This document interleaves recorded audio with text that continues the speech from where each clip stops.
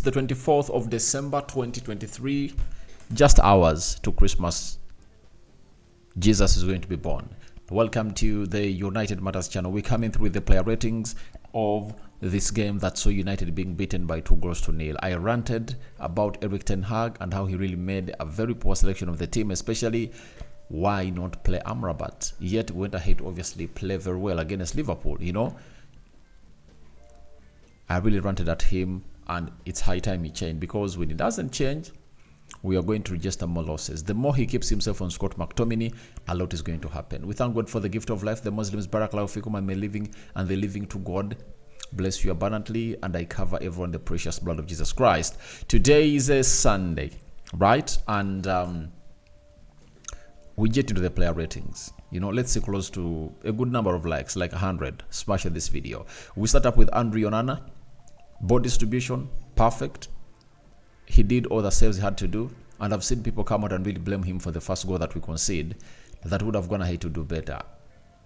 Mere saving that shot past him was enough. And you ask yourself, why did the defenders of United and the people that really down tools not really cocoon alongside that guy? That is Gerard Bowen. Because if that ball gets back to Gerard Bowen, at least there would have been another player, maybe one who would have gone ahead to running towards the goal line and really sweep off the line and so on and so forth. But that wasn't the case.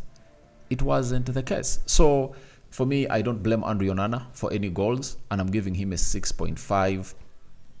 Giving him a 6 out of 10. For me, I'm giving him a 6 out of 10. Andre Onana, his body position was perfect, and he did all what he had to do. I cannot blame him for anything. We go to the right back, Aaron Bissaka.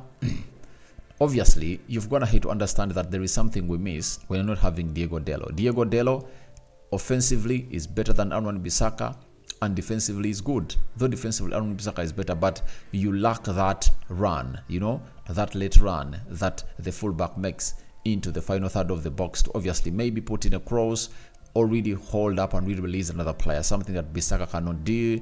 And I'm giving him a 5.5 out of 10. That is Bissaka. Luke Shaw, obviously it gets a 5 out of 10 for me. I think would have gone ahead to do better for Gerard Bowen, but he really put in a very good cutback cross, I think, in the second half. But we really lack a lot of service, especially in our wing backs. We're not having Dallo, who obviously surges into the final third a lot. Then that means that you need to be having Luke Shaw operating at his full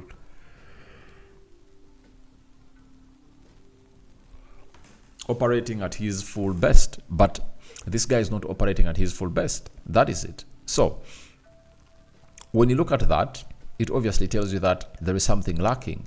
Luke Shaw is a very good defender going forward, but he didn't do it.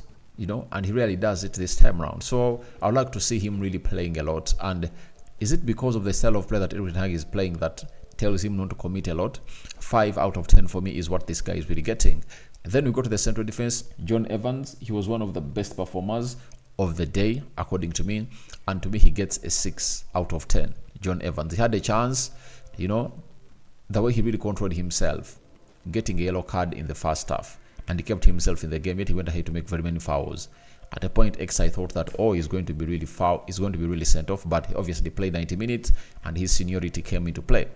I'm giving him a 6 out of 10. Then, Kambuala, guys, what a debut for him. Though it's not going to obviously go well for him because he never kept a clean sheet, but he really showed us the potential he has and why Erik ten Hag chose him to obviously play in the defense of Man United. Kambuala put up a show, and he defended very well.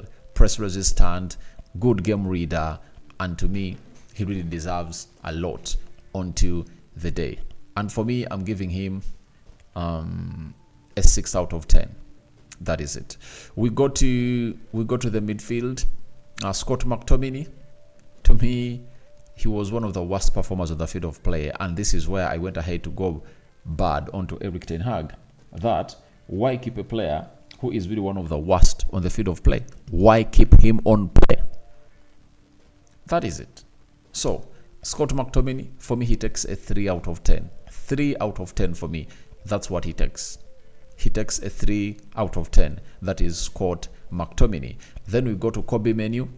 Kobe Menu, for me, he really did what he had to do. And I really look at people blaming him for that sloppy control of the ball that ran into Paqueta, and Paqueta released Mohamed Kudus. But I told you in the match reaction, if I told you watched very well, that it's because we never had a player like Amrabat who could obviously track down that run and maybe stop Paqueta from obviously passing that ball freely, and Mohamed Kudus, But Lucas Paqueta, on 2 occasions, the players in the midfield of United made his job easy. They couldn't press him down.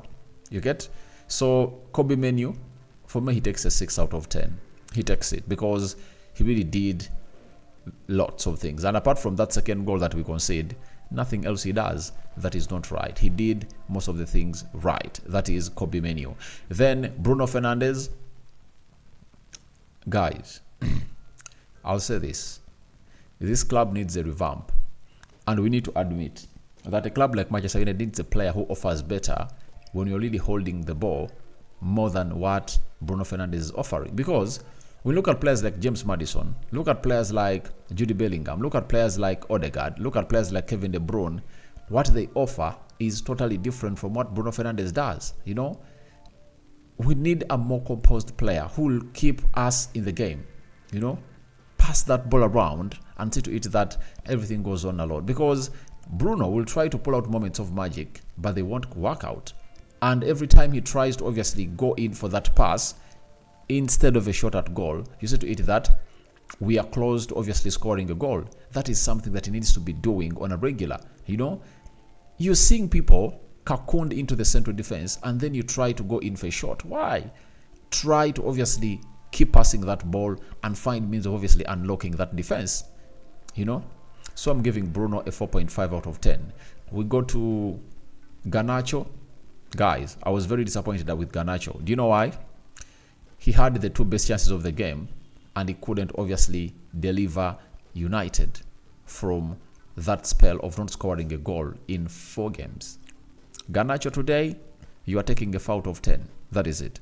I'm giving him a 4 out of 10, Garnacho, because he really got himself in good places. Anthony released him, I think, twice? And this guy really failed to obviously get this ball into the back of the net. So I'm giving him a 4 out of 10. We go to Anthony. Sincerely speaking, he was the best player on the field of play for the club of Manchester United. For the minutes he played, he created close to 3 chances that would have gone ahead to result into us really getting to where we are. But it really went ahead to turn out to be a very, very, very, very hard game. Yet Anthony had gone ahead to do all the hard work and he went ahead to ease everything. On 3 occasions, would have gone ahead to score because of Anthony. But Garnacho twice, Rasmus Højlund making a late run, and no late far post run was made by United player. And I really saw an analysis, I think on TV, when they're really showing us how we lack numbers in the Tina's box area. We look like we attack in numbers, but most of our players don't go into the mixer. That's another problem. So I'm giving Anthony a 7 out of 10 today.